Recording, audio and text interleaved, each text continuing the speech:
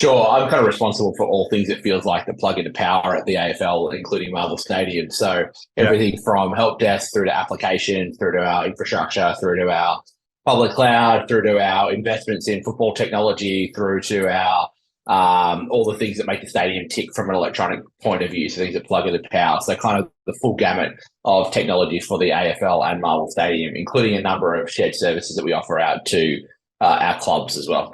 Have you got a big team there? Big team of technology people and digital people? No, only a team of 30 here. We're quite lean. Okay. So it's quite a lean team, but large responsibility in a sort of 24/7, 365-day a year organisation as well. But we do lean pretty heavily on partners that we work with as well. Yeah, for sure. And that makes sense. Tell us about what your average day looks like. What's some of the key tech projects that you're working on now, and what benefits are they expected to deliver to the organisation? Yeah, we've been doing a lot of stuff with technology over the last 2.5 years that I've been here. What we're kind of working on now, I guess, is moving out of project phase into BAU phase, so into more iterative improvements on the platforms that we've put in place rather than trying to build these big new platforms. It's actually all about now taking those big new platforms that have been instantiated and just progressively improving them to optimize business processes or reduce risk or a whole variety of things. But we've moved out of this big, hey, we're going to replace everything or put everything new in. That's all been done in the last 2.5 years. We're just Yeah. now into a more iterative sense of improvement. But we've done a lot of work over the last 2.5 years. We've brought out a CRM to the AFL and 10 clubs and ERP to the AFL and 13 clubs. We've rolled out basically a new HRIS platform and rostering and payroll system. We've done a whole lot of work in the stadium, which I could spend an hour talking about alone. Yeah. So we've had quite a bit on in core systems and core platforms, Yeah. but pleasingly kind of rolling out that now into a more BAU iterative sense.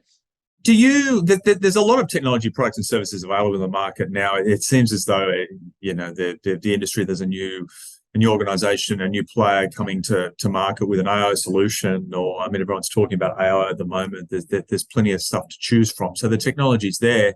Do you wish you had more time to evaluate technology products and services?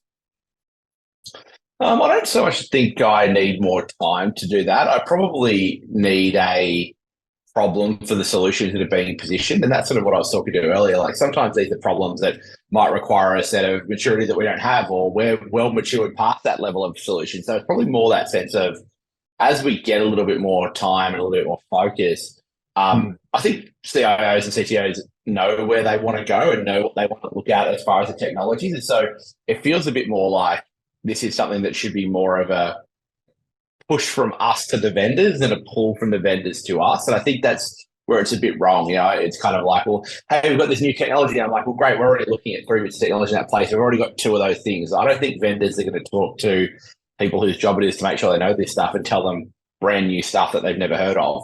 It's more about saying, do I have a problem that I need to solve? And is your product the right problem to solve that, right solution to that problem for me? Yeah, for sure.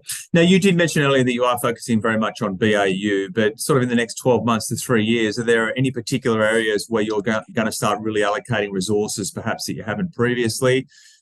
Things like data, cybersecurity, collaboration, building API-enabled digital ecosystems. I mean, where is your focus going to go?